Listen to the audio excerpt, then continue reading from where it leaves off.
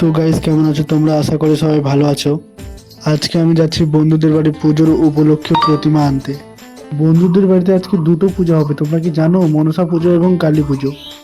তো guys, finally আমরা এখন পৌঁছে গেলাম। তো গাইস, দেখতে পাচ্ছ তোমরা, এদিকে প্রতিমার কাজ চলছে, আর এই যে এই বন্ধু, এই যে আমার সাইডে দাঁড়িয়ে আছে, এই বন্ধুর বাড়িতেই পুজো হবে। এই যে গাইস, যে দুটো পুজোর কথা বলেছিলাম, এই যে মা মনসা এবং মা কালী, এই যে এখন আমাদের মা মনসা হয়ে গেছে, এখন মা কালীর কাজ চলছে। আমার সাধনা মিটিল, আশা না করিল, সকলি ফুরায়। তো গাইস, এই যে আমাদের দুটো প্রতিমা রেডি। তারপর প্রতিমা আমরা গাড়িতে উঠে নিলাম।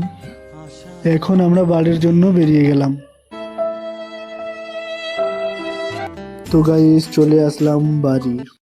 তারপর কাকিমা খুব সুন্দরভাবে মা কালী এবং মা মনসার পুজো করতে চালু করে দিল।